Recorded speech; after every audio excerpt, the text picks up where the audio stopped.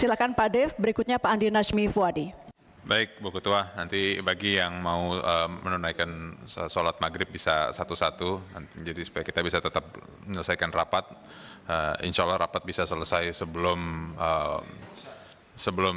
waktu subuh besok pagi. Ya, sekali-sekali nggak apa-apa. Baik, yang saya hormati Pak Kepala BSSN, Menkominfo, Wamen, Sekjen, Pak Deputi Sesnama dan semua jajaran yang hadir. Tadi sudah dipaparkan dan juga banyak pertanyaan yang muncul, banyak yang disampaikan. Tapi yang justru memang banyak membingungkan kita ini, PDN ini kan adalah salah satu proyek mercusuarnya pemerintahan ini. Pemerintahan ini selama 10 tahun terakhir kita mendorong untuk ekonomi digital, transformasi digital, Internet of Things, Industri 4.0, terus Internet 5.0, lalu juga kita membangga-banggakan unicorn, dekakorn kita yang dimana Telkom juga invest dan akhirnya sahamnya seperti sekarang ini. Ya, hal ini justru banyak mengagetkan kita, tetapi sepertinya hampir setiap bulan atau bahkan lebih dari 1 bulan sekali ada data yang bocor.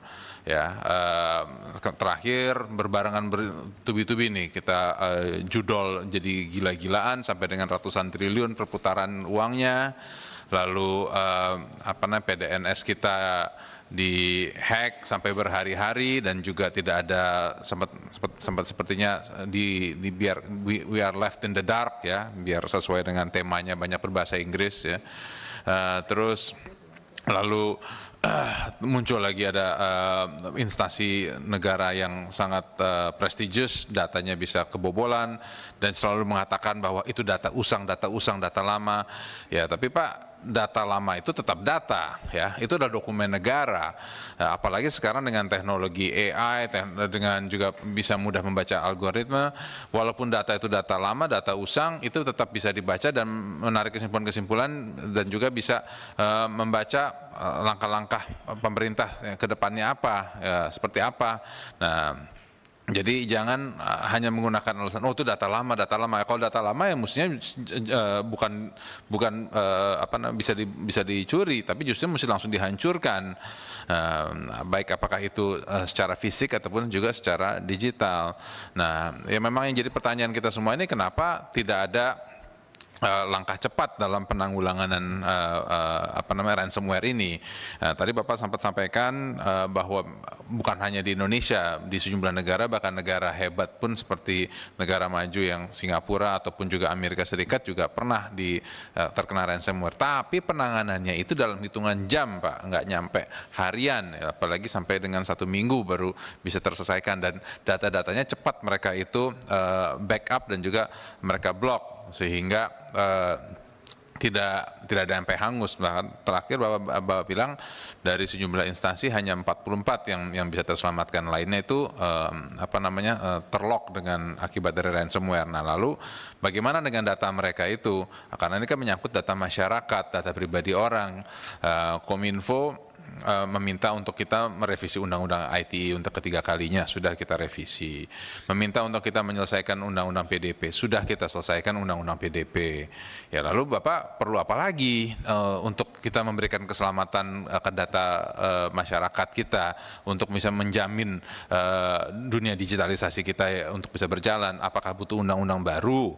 Apakah butuh tambahan dana lagi? Butuhkan tambahan anggaran lagi? Anggaran Kominfo dari semenjak 2019 hingga TA 2024 itu sudah hampir sudah lebih bahkan dari 100 triliun ya kalau kita ngitung dari TA 2019 sampai sekarang. Nah, jadi kekurangannya di mana? Apakah masalah SDM kah? Apakah masalah jaringan kah? Ini kalau kita mau urai satu persatu, ya sebaiknya kita selesaikan malam ini juga, supaya apa? Supaya besok pagi ya kita mulai hari esok itu dengan penuh dengan kepastian ya. Karena wartawan bolak-balik nanya ke saya kapan deadline. Ya, ini bukan masalah deadline, ini kita masalah butuh kepastian bahwa m-banking monitoring kita ini bisa berjalan. Ini selama seminggu sehari aja ya, selama seminggu ini Pak, selama seminggu rame PDSN kita ini, PDNS kita ini di hack.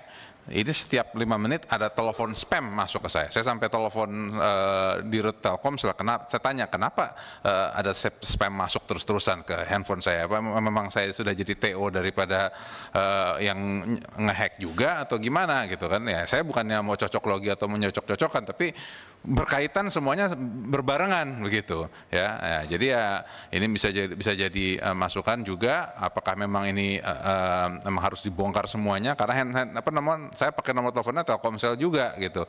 Nah terus yang kebobolan Telkom juga. Nah ini apakah semuanya memang di dalam Telkom ini sudah